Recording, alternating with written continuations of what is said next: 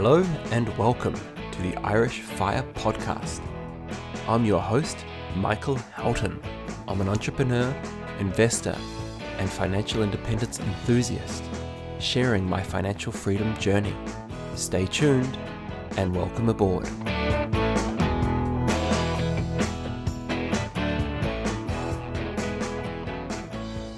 I hope you are doing well. Today is a very exciting day. It is officially 5 years since the Irish Fire Podcast launched way back on the 5th of June 2019. For those who have been following my story since the beginning, thank you so much. It's crazy really to think that when the show started, our FI portfolio was around 60,000 euros at the time, and it's grown recently to well over 560,000 euros. So it's crazy really to think that in the 5 years, our FI portfolio has grown by a whopping €500,000. And more excitingly, on the podcast front, the show recently hit 250,000 downloads for the lifetime. So in the 5 years, we've received over 250,000 downloads, roughly 1,000 downloads per week on average. So thank you so much, guys. It's really, really humbling to see that sort of stat from a small niched podcast that started 5 years ago today. What will the next 5 years bring? Well, who knows? Who knows? And I must apologize. I'm well aware that I haven't been releasing content and episodes as much as I should. However, I do regularly release my monthly newsletter with a fairly detailed update. So I'd highly recommend you guys subscribe to that. If you haven't already, I will send a link in the show notes. And just before we crack on with today's episode, just on a quick personal update, I recently turned 40.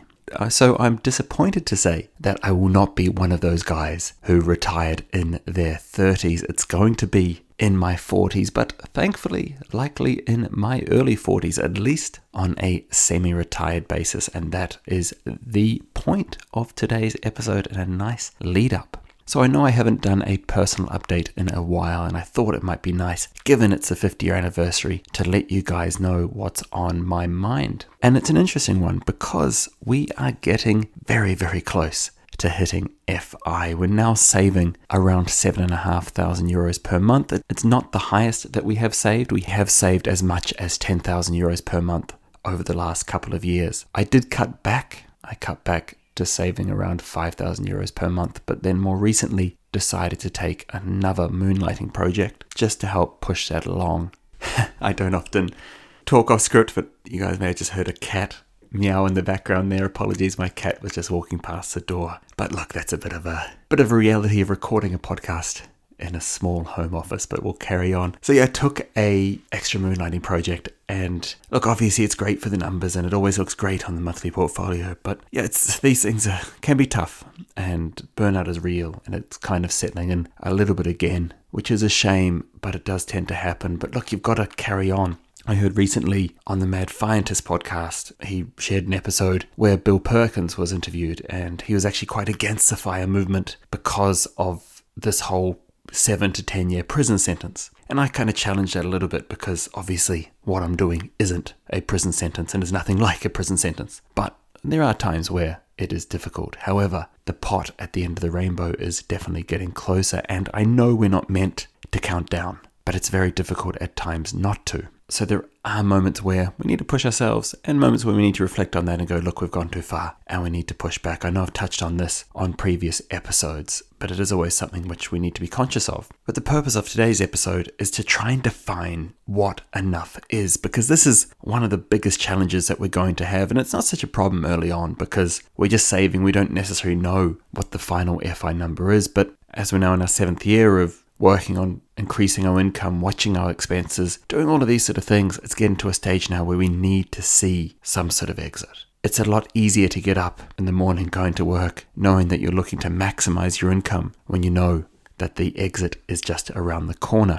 I could not be doing this, what I'm doing now, for another 4, 5, 6 years. It's just unsustainable. If that was the case, I would be cutting back now and letting that portfolio grow in the background. The big motivator for me is that as I put figures into these calculators, the time isn't that far away, and I'm going to explain why that is now. The first realization I've made over the last few months is that I will be working casually in retirement. For me, the early retirement, and I say that in double quotes, aspect of the FIRE movement is breaking away from that rat race, that 9-to-5 job, that getting up and trudging on and doing all those sort of things. Most of us aren't ever going to not work again. My big motivation for early retirement, and the reason I'm pushing on so aggressively, is because I want to become a full-time parent. I'm really excited about the concept of being able to be a full-time parent with my wife and actually have a team effort rather than her doing the majority of the things and me kind of being a part-time parent, part-time worker, because that's the reality of how modern-day parenting is. And I find with modern-day parenting, when we do have to work and parent at the same time, there's always this guilt. I'm sure we all feel it. We either feel guilty that we're not spending enough time with our children and our family, or we feel guilty that we're not producing enough at our work, because it's impossible to find a perfect balance. As much as we talk about work-life balance, there's probably no such thing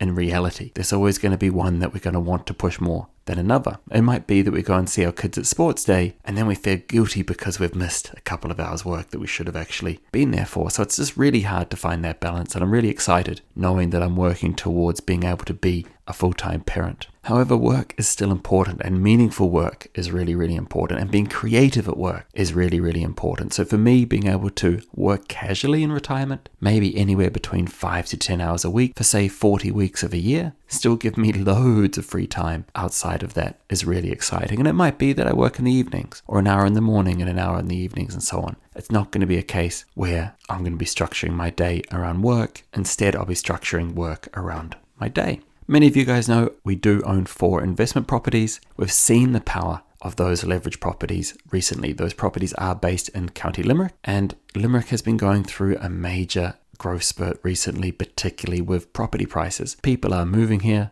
and as a result of a lack of supply, an increase in demand, property prices are on the rise, which is somewhat ironic because we purchased all 4 investment properties based on our rental yield. However, I think it's becoming a little bit clear that if the prices do continue as they are, it's likely that the rental yield won't matter much, and it will probably make sense to sell those properties eventually and release the equity from them. So having leverage properties is a great way to actually build wealth long term, which is ironic because I'd been working towards paying off the mortgages, and ideally I'd be looking to pay off 3 mortgages and was looking to retire off that income. However, more recently, when I reflect on that, I realize that having some leverage properties is a good thing, so there needs to be a balance between the two. However, there is no positive cash flow if you have a mortgage on a property. It just doesn't tend to happen because by the time you account for the mortgage repayment and the tax, there isn't usually too much cash flow left. So we need to find a balance there. And what I've settled on is the idea of paying off 2 mortgages, which should give us roughly 36,000 euros gross income from the rental income, and then having 2 leverage properties. And the idea being that those mortgage properties, any expenses will come off those. So those investment properties will pay for any expenses on the other 2, hopefully giving us that gross income of 36,000 euros, which is pretty good going and would be more than enough long term. However, we have 3 children, and trying to plan retirement and plan for a life without working income with children, I hate to say it guys, it's next to impossible. Kids and budgets just don't seem to go hand in hand, and trying to budget in every possible expense when you have children is very difficult. Now, maybe if you had 1, it might be a little bit easier. In my case, I have 3. Our oldest is about to go into secondary school. We have a lot of expenses coming up over the next few years. So us trying to retire fully is going to be next to impossible. So semi-retirement, working casually, having some sort of worked income will allow us to scale as needed, because not only are there going to be unpredictable expenses, we all have them. That's the old bucket list items. How do you plan for early retirement when you still haven't taken that one amazing trip of a lifetime that you've been talking about for years? For me, being from New Zealand, there is expectation for us to visit New Zealand every few years. The flights alone for a family of 5 will cost us 8,000 euros return before we've even touched down in New Zealand. So it's an extremely expensive process and trip for us to make, and it's not something that can be easily calculated as part of your FI number. The funny thing about all of this stuff is that when you look back and you start to study other FI influencers who have retired early, almost all of them oversave for early retirement. And it's easy to do because cash flow becomes a vital part of the whole system. And this is what I've been, alluding to when I look at all of this stuff, particularly in an Irish context, because for most of us, a good chunk of our portfolio is going to be within a tax-efficient pension.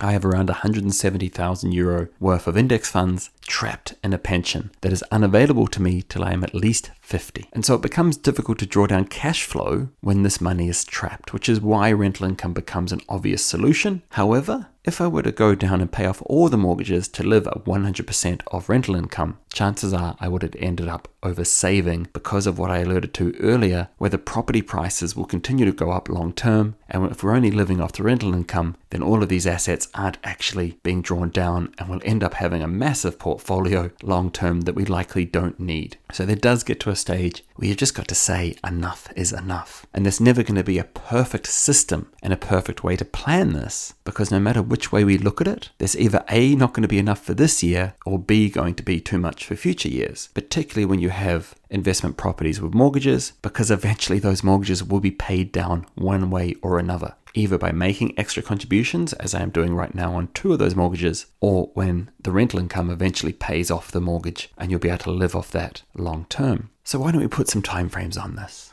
Based on what I'm saving at the moment, which is €7,500 per month, and that is subjective because there is always a chance that I'll look to slow that down eventually, but let's just assume I continue at the current rate. To pay off our first mortgage, we're looking towards the end of 2024. So it's not far away. It's only a few months away, in fact, 6 months or so. That first mortgage will be paid off. To pay off the second mortgage then, well, we now can take the income from the first mortgage that's paid off and start pushing that through, plus the 7.5, plus any rental income that's received. It will take roughly September, October 2025 for us to pay off the 2 mortgages. So we are talking roughly a year and 3 months away from being able to adopt this semi-retired casual work basis. And that's really, really exciting. And for me, that is the big driver and where I want to get to. I'm not hugely concerned about digging deeper than that. I'm not hugely concerned about being truly FI in the black and white sense, because I think there is no such thing per se. That will give us a portfolio valuation of around €750,000, which, if using the 4% rule, would give us a safe withdrawal rate of €30,000 per year for our family to live, which would cover our basic expenses. We would be, in my opinion, lean FI at that point. And a lot of people are against lean FI because they say it's too risky to jump at that point. However, knowing that I'm still going to continue to work, and knowing that lean FI is actually the minimum place to start, it's likely that your portfolio will continue to grow and you will no longer be lean FI. And as I said, at some point we need to be willing to say, yep, that's enough, no more contributions to the portfolio. We have to be able to make that decision, because otherwise we're just going to continue to save when saving isn't necessary. And I think if you go back and listen to the Mad Fientist interview with Bill Perkins, that's really what he's trying to get to, is that the majority of us end up over saving on this whole FIRE thing. And it's a strange thing to say. And I know for many of you, you might be thinking, well, hang on, I'm only in that early stages. The snowball of FIRE does start to gather pace quickly. We're on track to actually see our portfolio grow by around €100,000 in about 6 months. The snowball is crazy once it starts to gain momentum. That first €100,000 took us 3 years. The next 450,000 euros has taken us 4. So it just is crazy when you start to look at it because of that compounding effect. Not only compounding from an interest point of view, but from an income point of view and from an expenses point of view. We just get better at all 3. And so we do see this compounding start to happen. So guys, I am definitely excited to share my story and share the updates as they do happen. And again, I do apologize that I haven't been releasing content as much as I should, simply because I am grinding a little bit at the moment, grinding a little bit too hard, that it hasn't given me the time that I need to be able to spend on releasing content. However, know that I am working towards a very, very defined goal that isn't that far away. And I'm hugely excited to keep you guys updated as things progress. As always, guys, if you have any questions or feedback on this episode, drop me an email at michael@firepodcast.e, and I look forward to catching you on the next episode.